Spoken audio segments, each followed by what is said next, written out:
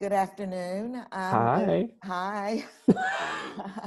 I'm Liz Dyer, and I am the founder of Mama Bears.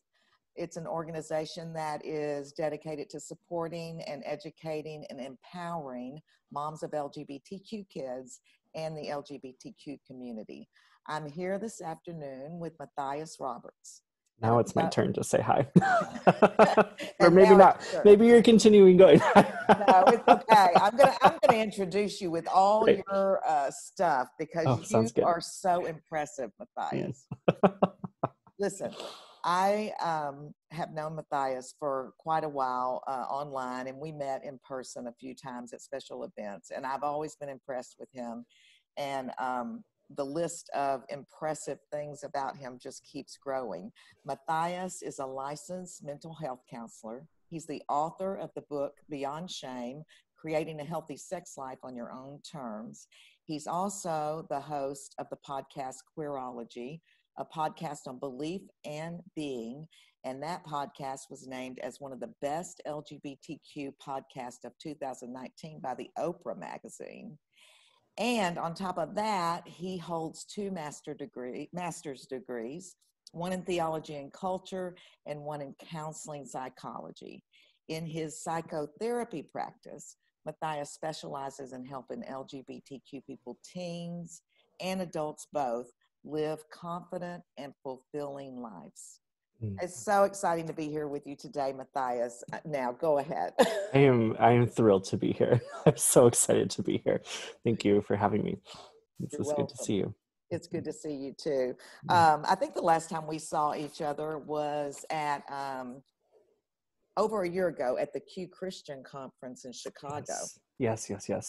Yeah, that would have been it. That cold weekend in Chicago. It was a very cold weekend. Thank goodness we were in that warm hotel most of Yeah. the time. I was Mm. very impressed with how um, warm the temperature was in that hotel. They really ran that heater a lot. Yeah, they did. It was great and needed for. It really was. We even got some snow that weekend. It was a lot. It was a That whole was lot. great. Mhm. Well, let's just dive right in. For people who haven't met you before and heard your story, I thought we'd start out today with letting you just tell us a little bit about your background, your family, what your growing up experience was like. Yeah, yeah. So I grew up in a Christian, relatively conservative household. I sometimes say borderline fundamentalist because that's like almost the easiest way to describe it. Like my parents, they weren't fundamentalists, but they were right there. I think the thing that kind of separated it was their emphasis and the churches that we went to, emphasis on grace and grace being kind of a primary theological lens, which kept us from entering into that fundamental world. But we were right there. And so, I to use very evangelical language, I gave my life to Christ when I was 4 years old. And church and my parents worked at a Christian camp in Wisconsin. Like it was a year-round camp, so I was just kind of permeated by this evangelical Christian world. And in the midst of that, when I was 11, started realizing that I was gay. Um, wasn't the language that I used for it at the time, but knew that kind of the feelings that I had. Like I remember I was in Boy Scouts at the time, and I noticed the ways that guys were starting to talk about women was what I was feeling towards them. And I was like, oh no, like this is not good. There's something really wrong with me. And so, and somehow I knew it was deeply wrong. Like I don't remember there necessarily being teaching around homosexuality or LGBT issues, but it permeated the air so much that like the moment I kind of started figuring out that this is what was going on, I started begging God to change me. And I started, praying and saying, I just want to be normal. There's something wrong with me. No one can find out about this. What if my parents find out? What if other people find out? Like, what's going to happen? I thought quite literally I would be stoned and go to hell, because of what I was reading in Leviticus. And so, years, and we can get into this at some point, but I'll kind of fly over it. I mean, years of shame, years of bargaining, years of hiding and trying to make it so no one could find out. My parents did find out. They responded, I think, as well as they could. Like, thankfully they didn't kick me out. Thankfully they didn't throw me into conversion therapy. But the world was conversion therapy-esque in the sense of we all very much believed, myself included, that sexual orientation could change. And therefore that was the goal. So eventually I went to a Christian college in Arkansas and I started going to counseling and literally requested conversion therapy in my intake document to this therapist at this Christian school. So I'm same-sex attracted and want to change that.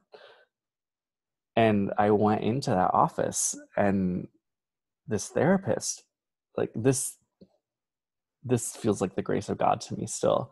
Like, this therapist sat me down and said, I've been working in this arena for most of my career.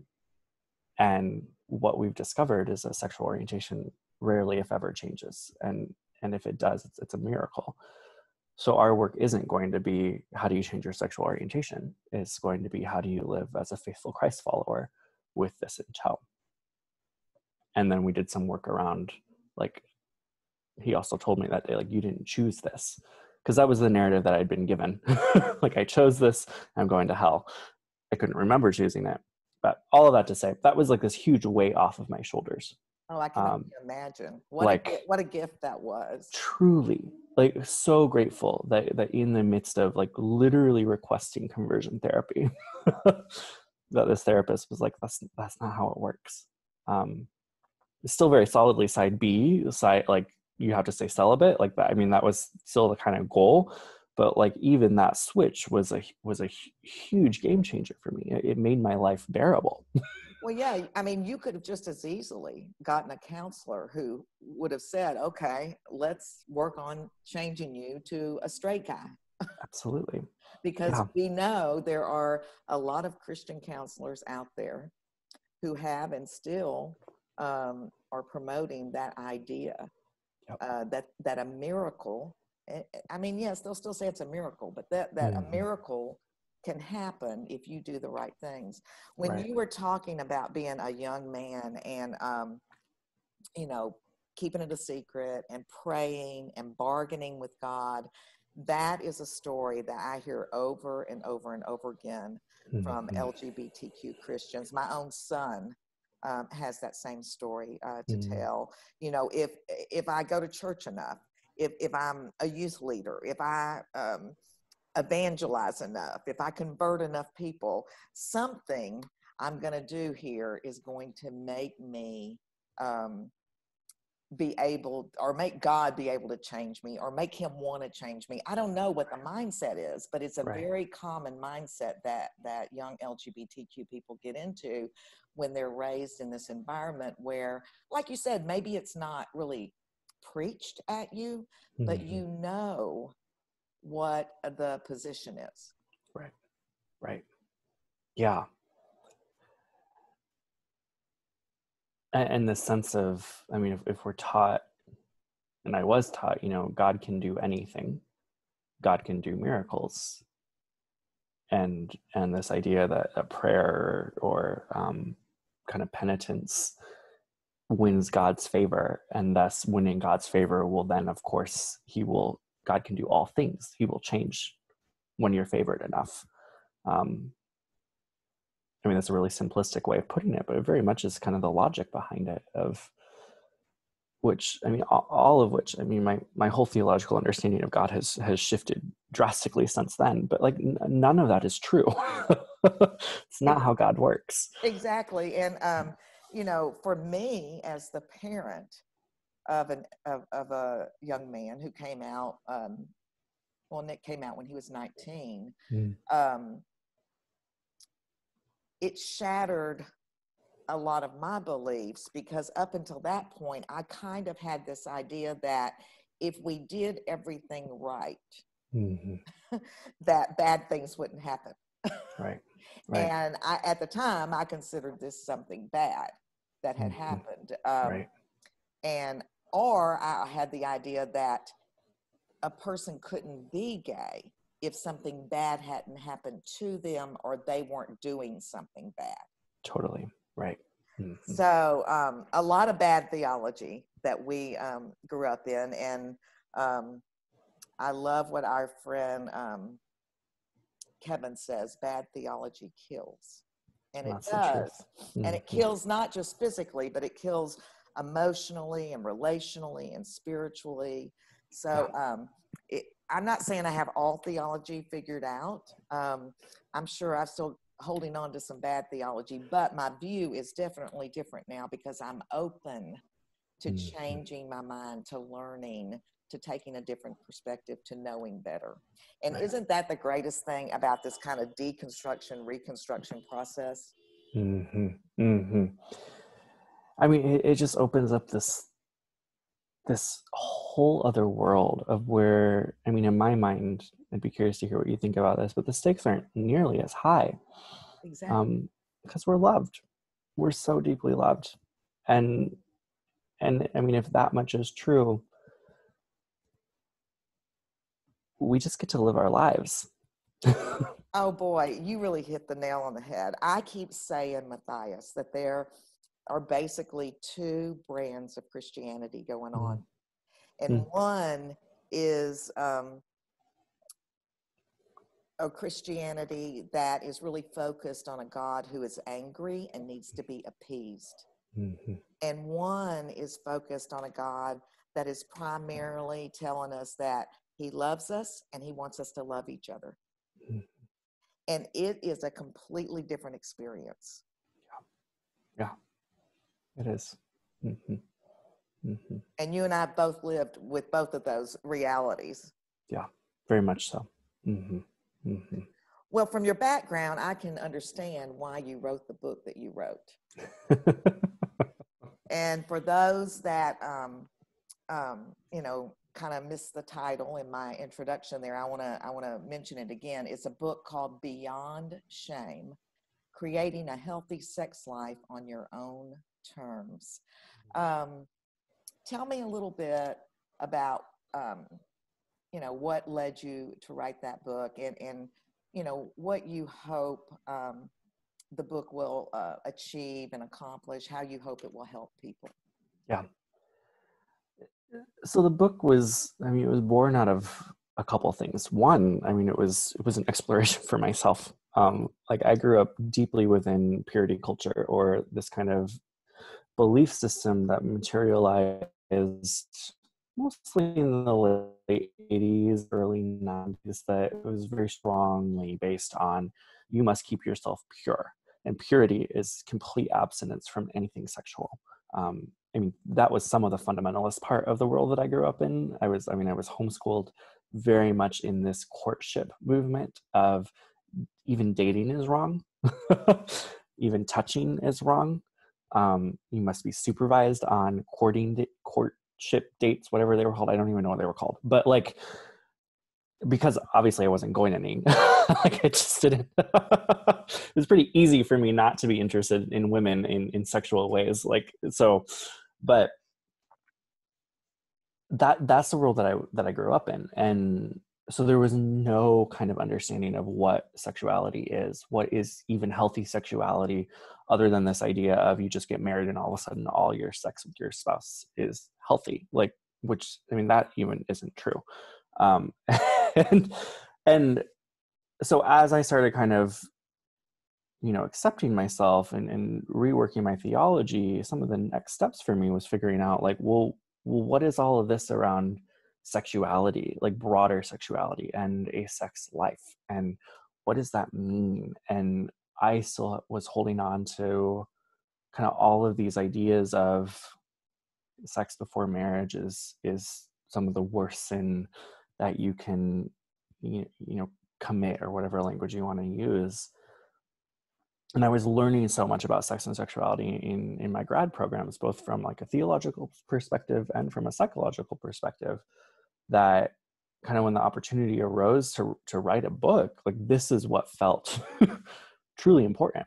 And I see so many of my peers who grew up in similar environments as me. We're all kind of stumbling around being like, we don't know what we're doing. Like no one has taught us anything about this.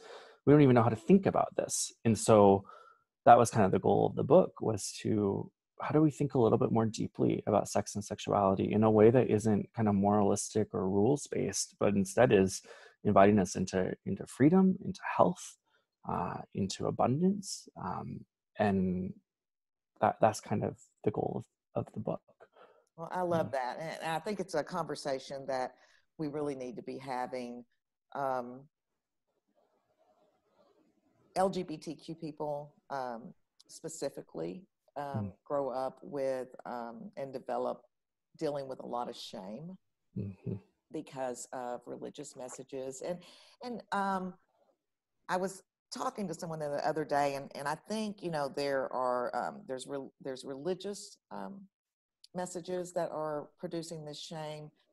There's also very interesting some political divides that are going on around this conversation, and then some toxic masculinity that's permeating our culture. Well, I say permeating, has permeated our culture for a long time. But I think your book can help anybody, but I think it's specifically helpful to LGBTQ people and to families with LGBTQ people. One thing that I really enjoyed thinking about as I was reading your book was you talked about how important it is for individuals to know themselves and discover and determine what are healthy sexual ethics for themselves, rather than letting someone else or some belief system completely impose that. Now, having said that, of course, our belief systems are going to influence our sexual ethics. But as I was thinking about that and how much I love that idea, of course, I'm thinking of it from a parenting point of view, especially as we talk today, because we're going to have a lot of mama bears listening to this interview. What would you tell parents that they should or shouldn't do to help their kids kind of grow into these adults who can make these decisions so that it helps them be more healthy and whole? Yeah. So, I mean, first, in some ways this goes without saying, but also I just want to say it, like, I'm not a parent, so I can, this is only kind of imaginative work on my end. Who knows if it will work or not. And a study behind what I'm about to say. So both of those things are true. So the person who wrote the foreword to my book, Dr. Tina Shermer Sellers, who is a parent herself, she has this concept, and I think she's working on a book around this right now, of having 10,000 tiny conversations is what she calls it, or 10,000 1-minute conversations, something along those lines. Of what I understand, the concept behind it is in some ways you're normalizing conversations about sex and sexuality in a way that it doesn't require a single big talk, right? The kind of dreaded talk, but instead it's been peppered throughout for years, through all of childhood, to where there really isn't even a necessity for a talk unless your child comes to you and starts asking questions, right? It opens up a level of normalization and comfort within that kind of relationship. And that depends on your own comfort with sex, sexuality, and your own relationship with shame. So I think one of the first things that we can do is take a really long, hard look at our own sexual shame, our own shame around having these conversations, the messages we were taught by our parents. All of those things impact how we relate to our children and their sexuality and conversations about sexuality. So I would say work with your own sexual shame, and that's automatically going to work itself out in your relationship with your children, and how comfortable they are around having these conversations. Because your children kind of model your own attitudes. So, I mean, there's a lot in there, but that's kind of my first stab at it, at least. No, that's great. I love that. And that makes so much sense. Even, when we work with moms of LGBTQ kids when they're first learning about their kids coming out, I mean, one thing we encourage them is to find, a support system where away from their kid, where they can kind of work through their own stuff. Right. And then that kind of, after they work through their own stuff about having an LGBTQ kid, they can be a better parent, a better support system, a better resource for their own kids. So that makes perfect sense. Yes, work out our own stuff first, and get really honest with ourselves, and maybe find someone to talk to, or some books to read. Mm-hmm.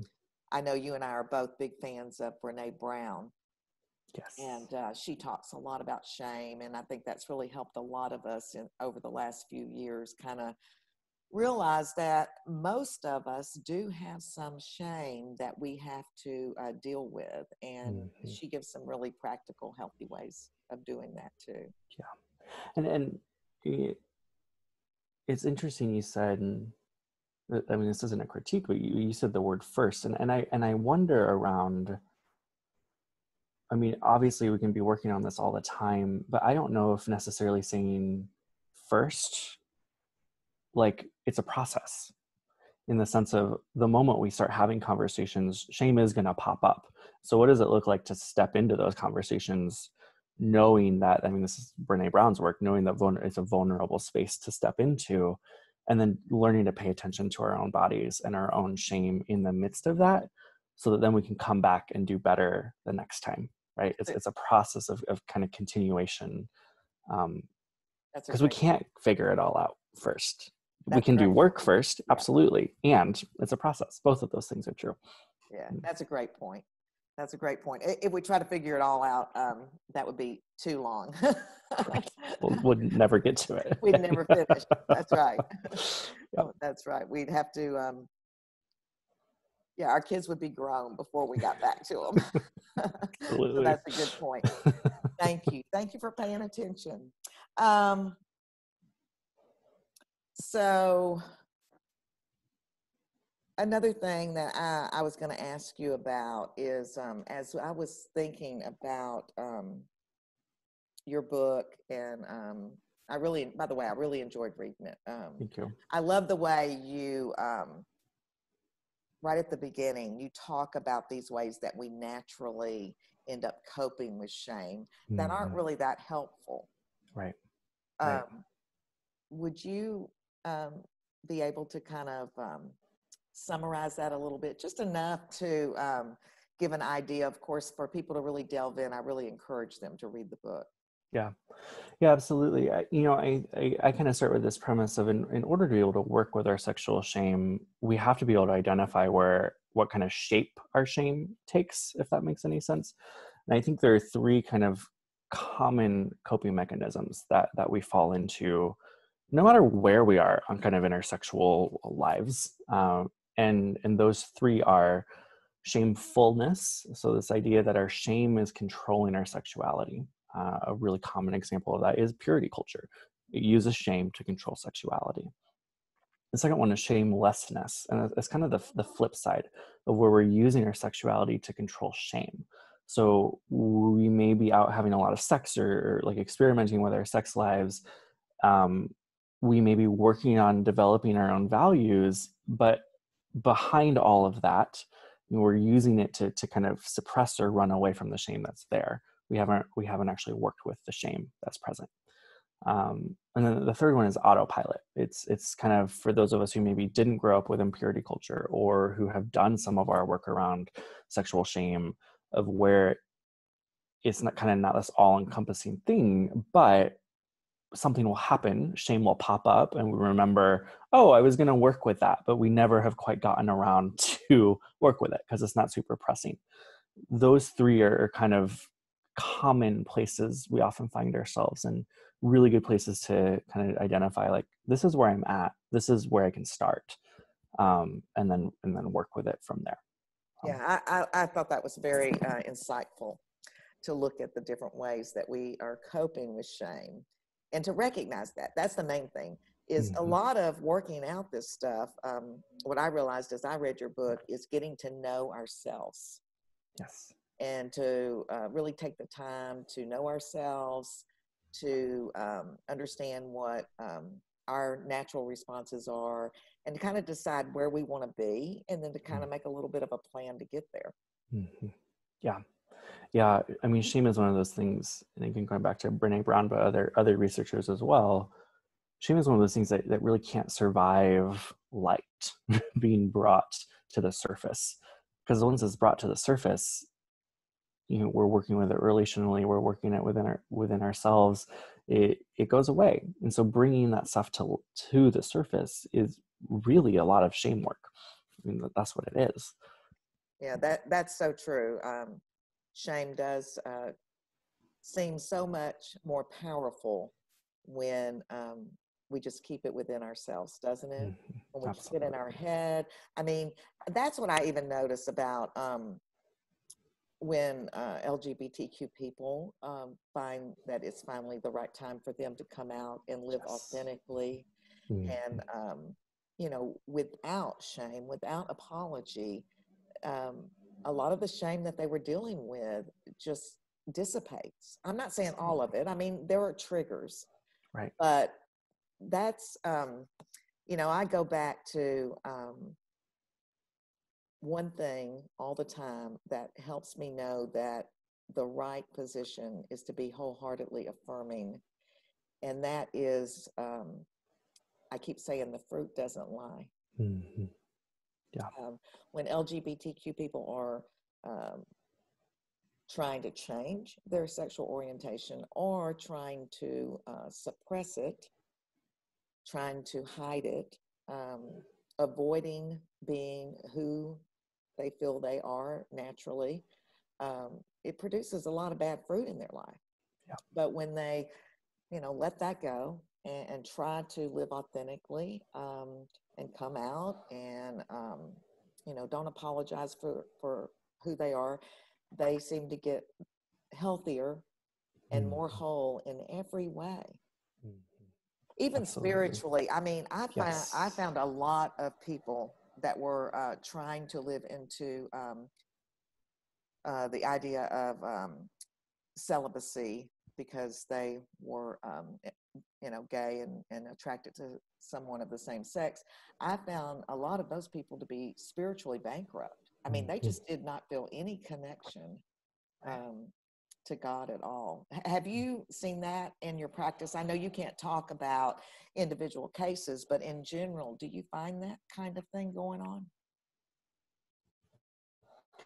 Yeah, like, yes and no. I think there's a and this is where we start getting into like really complex territory. There's a difference between enforced celibacy and chosen celibacy. Yes. Um, and and that dividing line is really fuzzy, right? Like it's really hard, just based off of kind of the cultural and the ways that we are formed within our faith communities, to know whether a choice is actually my own choice versus a community choice, right? Like, so those are all things that have to be worked out. But I do think I did this for quite a while, of trying to live into this kind of enforced celibacy. I did that for a period of 3 to 4 years, and it being very confused, it being, in some ways, this almost all-encompassing world of where I was trying to be good and be right and prove my own spirituality, prove that I'm a Christian, like all of those things, that it was just so much work versus this level of freedom and this sense of like, I don't need to defend myself anymore. That opened up when I was able to let go of a lot of that. So there's a lot of complexity there. Like some people do that work and choose celibacy, and it is a free and good space for them.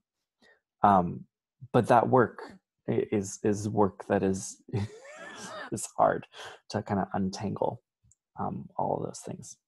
It is. I do talk to a lot of young LGBTQ people, and the subject does come up quite often. Mm-hmm. One thing I try to make them aware of is if living into this idea or this um, value is resulting in you feeling disconnected from people, disconnected from God, dealing with a lot of depression or self-loathing, um, or in some cases even suicidal ideation, then you Mm-hmm. might want to consider that this is not the path for you, Right. because most of us are created for a different path. Yeah. Right. Absolutely. Absolutely. I mean, I often return to, and this is in the book, Jesus saying, I came so that you may have life and have life abundantly. And I think he's talking about life here on earth. Like, I mean, we often spiritualize that into this sense of an abundant spiritual life, which, I mean, even in the case of enforced celibacy, like that's not even there. But depression, anxiety, suicidal ideation, self-loathing, all of these things, that is not abundant life. I mean, when you say look at the fruits, that is the opposite of love, joy, peace, patience, kindness, goodness. Like all of those things, like it's not that. And Exactly. that's pretty clear. Exactly. Um, so yeah. So yes, that's the kind of advice that I'm giving out too. Is, like you said, adults have to choose for themselves, and they have to discover: is this something I'm choosing, or is this being imposed on me by some system or some group of people, or some set of expectations? But what we can all do as adults is we can honestly examine the fruit or the psychology that's Mm-hmm. produced by the things that we embrace and try to live into. Yes. Yes. So I'm um, I'm have to watch myself sometimes because it's hard for me to imagine that anyone would choose to be Mm-hmm. celibate for the Right. rest of their lives. I mean, just because of the relational part of it. I mean, Mm-hmm. there's a level of intimacy that I think someone who is living celibate has to give up. And I'm a very relational person, so Mm-hmm. that's hard for me to imagine. But I try to respect those who have say this is what I feel called to do and what works for me, and Yeah. that's wonderful. Mm-hmm. It's Okay, so tough. let's move on to another subject. Yeah. Okay, Yep. another thing that I was thinking of as I read your book and thinking about the subject of shame is especially because we're coming up on Pride season, Yes. and Pride. When I think of Pride season, I think of it as a protest and a celebration. Mm-hmm. Um, and the protest that I think is happening is the protest against the shame that LGBTQ people have had to carry for so long, for the burden of shame that they've had to carry. And so I was just wondering if we could talk a little bit about Pride and get your ideas about that. And do you see Pride celebrations as something that is meant to dispel shame? Mm-hmm.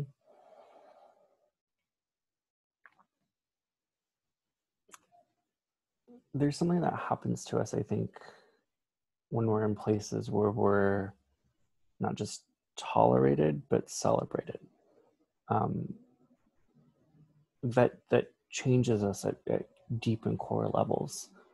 And if there are parts of ourselves that we've never had celebrated before, and then to walk into a space of where that part is said, I don't just love this, I celebrate this.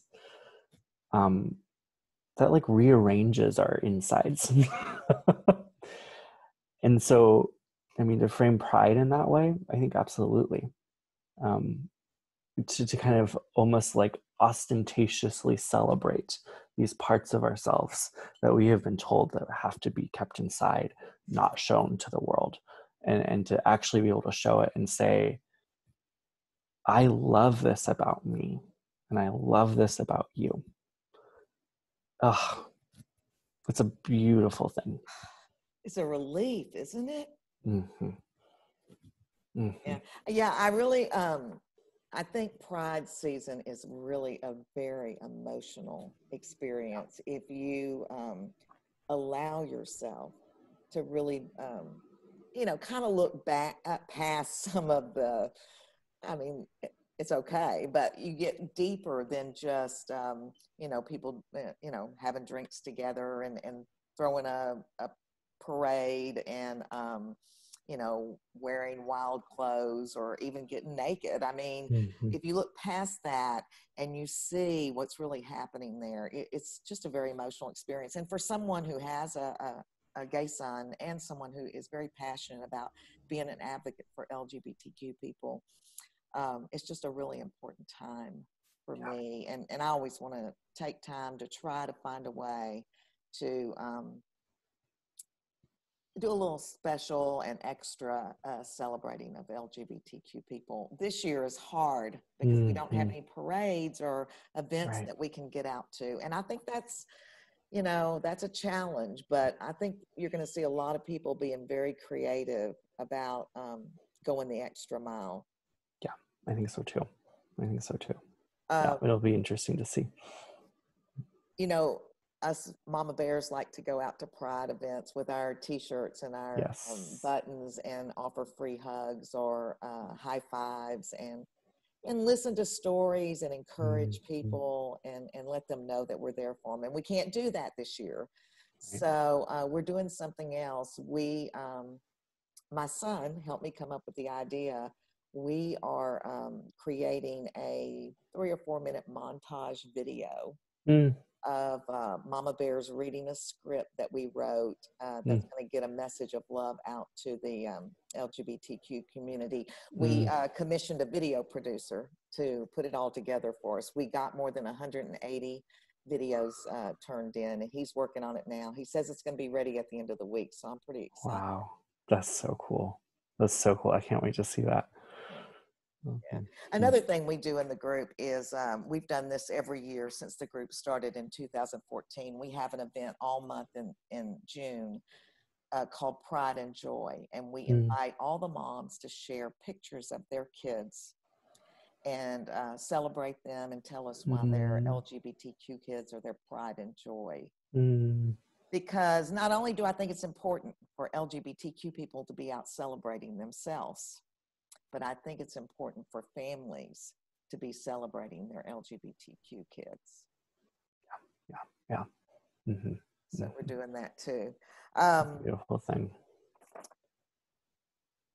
Who are 3 people who are having a positive impact on you right now, Matthias? Yeah. This is the question. You gave me these questions beforehand. This is the question that I've spent maybe the most time thinking about because it's a hard one to answer. So I currently in this time of COVID right now, it's mostly vicarious, and I've been reading a lot of work by a theologian named James Allison, who's a gay Catholic priest. He's still alive. He, I would say, is the first one. His work is like life-giving in a way that is stunning to me. By proxy, a lot of what James Allison is doing is unpacking the work of the French philosopher named René Girard. So Girard, I would say, is the second one. And also by proxy, and I don't mean this as an overly spiritual response by any means, but the work that Allison and Girard are doing, a lot of it reminds me of, I'm gonna wait for that siren. of this story in scripture of when Jesus appears on the road to Emmaus and kind of unpacks the scriptures for these people. He's a stranger. They don't know who it is. And unpack scriptures in such a way that it completely revolutionizes their worldview. That's what I feel like Gerard and Allison are doing. So by proxy, I would say Jesus, and not to be like a Jesus juke or like an overly spiritual answer, but it's giving me ways to read scripture that have never been open to me before. And it's stunning and beautiful. It gives me a lot of hope. So. Oh, I love that. When my son first came out in 2007, I believe it was, there were no resources for parents. I mean, other than, James Dobson, Focus on the Family, who would tell us that us parents did something wrong. And that's why our kids were gay. Yeah. So I ended up getting on the computer and finding progressive Christians to talk to. And at that time, the word progressive wasn't used that much. It was emergent. Oh, yeah. Emergent Christians. Yeah. And that label got dropped because you know how labels go. They get a lot of baggage and right. We move on to something else. But I was talking with people like Brian McLaren and Tony Jones, and they were reading the people that you're talking about. Yes. And they were forming their theology and their understanding of Scripture because of the information they were getting from the people that you're talking about. So I really love that you're doing that. And yes, I would say that does lead to a very refreshing embrace of Jesus and his way. So that's very exciting. Thank you so much for putting so much thought into that. Yeah, it's a hard question. I had to throw one hard question. I love it. Otherwise, I wouldn't be a good interviewer, right? Right. Matthias, it's great being with you here today. And I do have a little lightning round I'm going to do with you before we get off today. But before we do that, I wanted to ask you, is there anything else that you would like to share with the Mama Bears or with the LGBTQ community today? Just, in your any closing thoughts?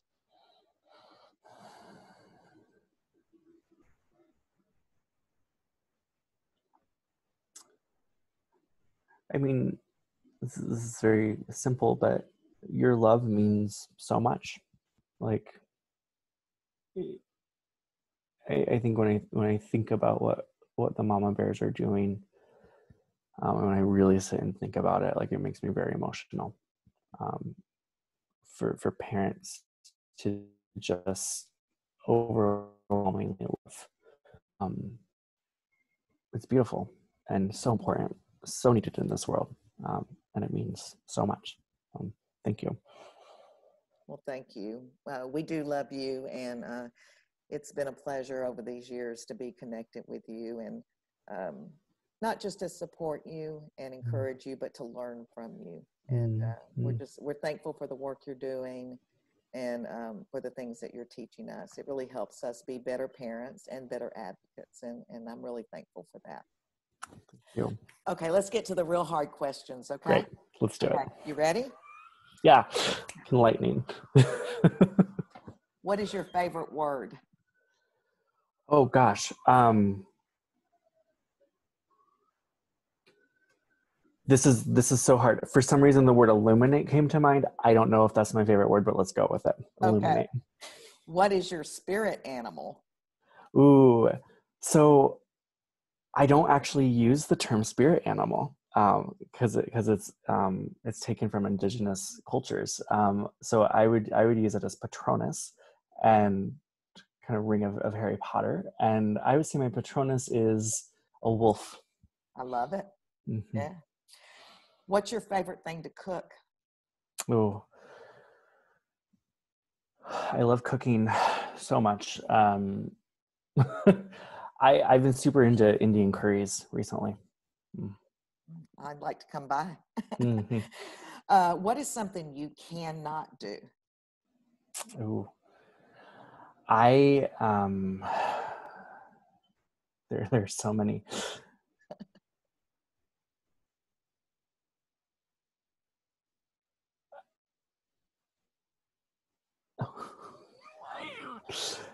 I realize in this pause, the longer the pauses, the more like I don't know if it's narcissism. I don't know what it is.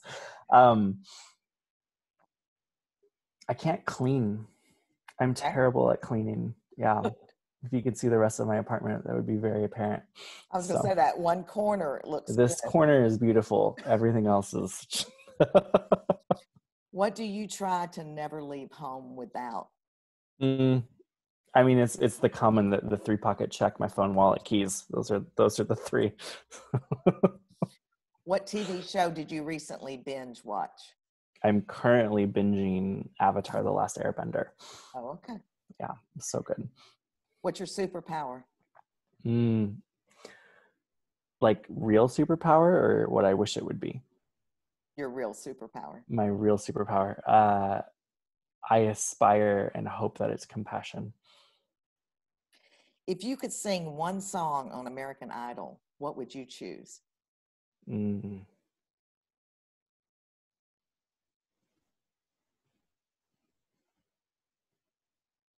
Against the fire on, the first song that came to mind was Defying Gravity from Wicked. I don't know why. I love that song. Okay, here's an easy one. Cats or dogs? I am a dog person, not because I dislike cats, but I'm very allergic to them. And last but not least, what would you like to see fixed in your lifetime? Oh, there's a list. Torn between like climate change issues and homophobia. One of those two would be lovely to see changed in my lifetime. Yeah. That would be great. Mm-hmm. Well, thanks for letting me put you on the spot with those. I hope you know it was just in fun. Absolutely. I love it. Well, Matthias, thank you so much. And I hope to see you again soon. Yes, thank you. This was lovely. Thanks. Bye. Mm.